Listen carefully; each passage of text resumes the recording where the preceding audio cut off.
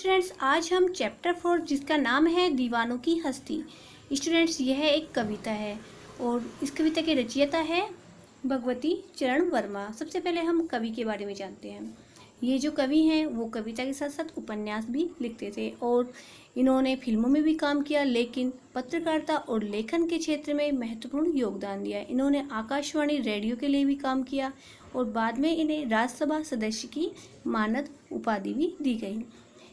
तो इस प्रकार ये कवि बहुत ही उच्च कोटि के महान रचयिता थे। तो आइए हम कविता की शुरुआत करते हैं। हम दीवानों की क्या हस्ती है, आज यहाँ कल वहाँ चले, मस्ती का आलम साथ चला, हम धूल उड़ाते जहाँ चले। इन पंक्तियों में कवि कह रहे हैं कि हम जो कवि लोग हैं वो बहुत ही मस्त होते हैं, अर्थात हम मस्त प्रवृत्ति के होते हैं और हमारे अंदर सुख और दुख में एक समान भाव रहते हैं। और जब हमारे जीवन में दुख आते हैं तो हम दुखों को धूल की तरह उड़ाते हुए आगे बढ़ते जाते हैं। आए बनकर उल्लास अभी, आंसू बनकर बह चले अभी, सब कहते ही रह गए, अरे तुम कैसे आए, कहाँ चले। इन पंक्तियों में कवि कह रहे हैं कि हम जहाँ भी जाते हैं वहाँ हम प्रसन्नता ही प्रसन्नता लाते हैं और वहाँ खुशियों का माहौल हो जाता है। और लेकिन जब हम वहाँ से जाने लगते हैं तो सभी लोग दुख प्रकट करते हैं और हमसे कहते हैं कि अरे तुम कहाँ जा रहे हो और कहाँ जाओगे। लेकिन हम कुछ नहीं कह सकते क्योंकि हमारा अपना कोई ठिकाना नहीं है, तो हम ये नहीं कह सकते कि हम कहाँ जाएंगे। किस ओर चले यह मत पूछो, चलना है बस इसलिए चले, जग से उसका कुछ लिए चले, जग को अपना कुछ दिए चले। कवि इन पंक्तियों में कह रहे हैं कि जब हमसे लोग ये पूछते हैं कि तुम कहाँ जा रहे हो, किस ओर जा रहे हो, तो हम कहते हैं कि यह बात हमसे मत पूछिए, क्योंकि हमारा काम निरंतर चलना है और हमें आगे बढ़ते रहना है। क्योंकि हमने जो इस संसार में ज्ञान प्राप्त किया है उस ज्ञान को हमें आगे भी बांटना है और ज्ञान को बांटने के लिए हमें निरंतर आगे बढ़ते रहना है। दो बात कही दो बात सुनी, कुछ हंसे और फिर कुछ रोए, छक्कर सुख दुख के घूंटों को हम एक भाव से पिए चले।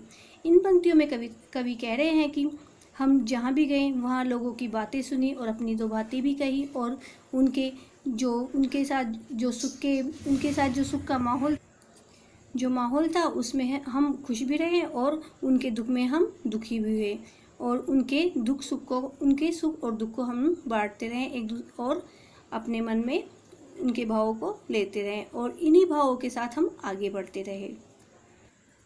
हम भिखमंगों की दुनिया में स्वच्छंद लुटाकर प्यार चले, हम एक निशानी सी उड़ पर ले असफलता का भार चले।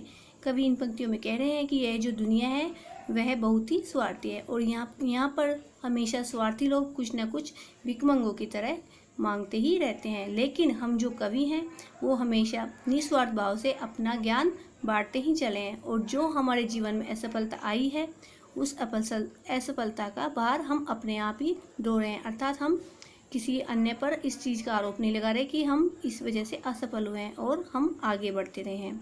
अब अपना और पराया क्या, आबाद रहे रुकने वाले, हम स्वयं बंधे और स्वयं हम अपने बंधन तोड़ चले।